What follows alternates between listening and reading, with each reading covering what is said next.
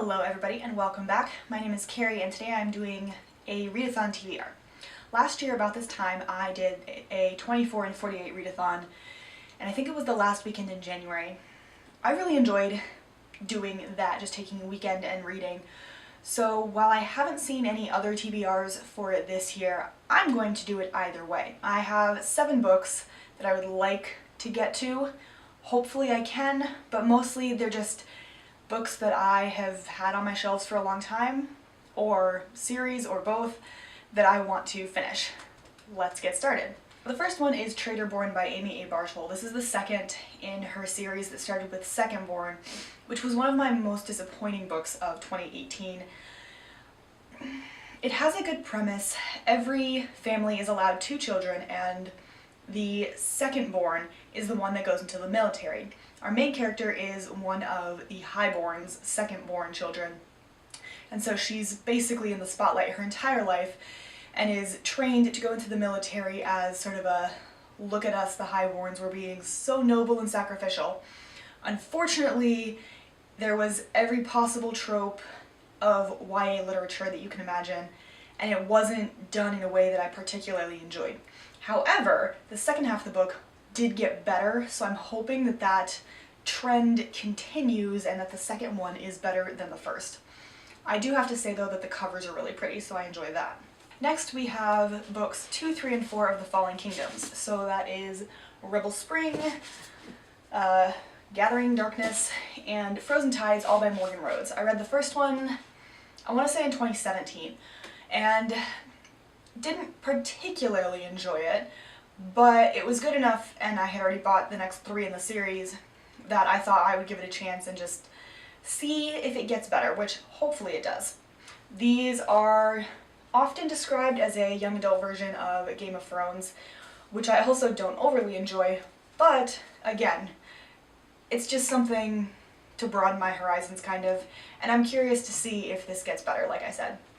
So hopefully I can get through these 3 as well. And then the last 3 books on this TBR are books that I basically need to get to before January 29th, because the first book in a new duology comes out on the 29th, and I want to be able to read that one when I get it. And that is the Grisha Trilogy by Leigh Bardugo. The first one is Shadow and Bone, the second one is Siege and Storm, and the third one is Ruin and Rising. I've read Six of Crows and Crooked Kingdom. I just read Crooked Kingdom last year actually, and I enjoyed them. I gave them both 4 out of 5 stars. I've heard that the Grisha Trilogy is not as well written as Six of Crows. However, since I know that going in, I'm not expecting a masterpiece of literature in these 3. I just want to read them because 1, I like the covers, 2, I did enjoy her other books, and 3, King of Scars comes out January 29th, which follows Nikolai, who is apparently a character in the Grisha Trilogy, and I can't very well read it if I haven't read the original trilogy. Therefore, I am planning on actually starting with these 3 since they're the ones with a book coming out that I would like to get to over the other series, but it is 24 hours, so I can probably get through at least 6 of these. Then after those 7, if I still have a little bit of time, or if I just want to go over the 24 hours, I would like to read Ash Princess by Laura Sebastian. I have the second one. Maybe I don't. The second one came out, or is coming out soon, and I haven't read the first one again, so obviously I need to read the first one before I can read the second one. But I also really like the premise of this book. A young girl, princess I think, obviously, is imprisoned as sort of a trophy. Her castle is burned, her people killed, her family murdered, and she's kept on as a trophy, a sort of reminder to the people that this is what happens if you disobey. She decides to start fighting back in the only way she knows how, which is intelligence.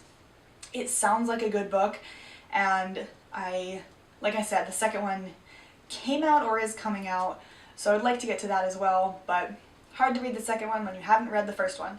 Have you noticed a trend? Yes.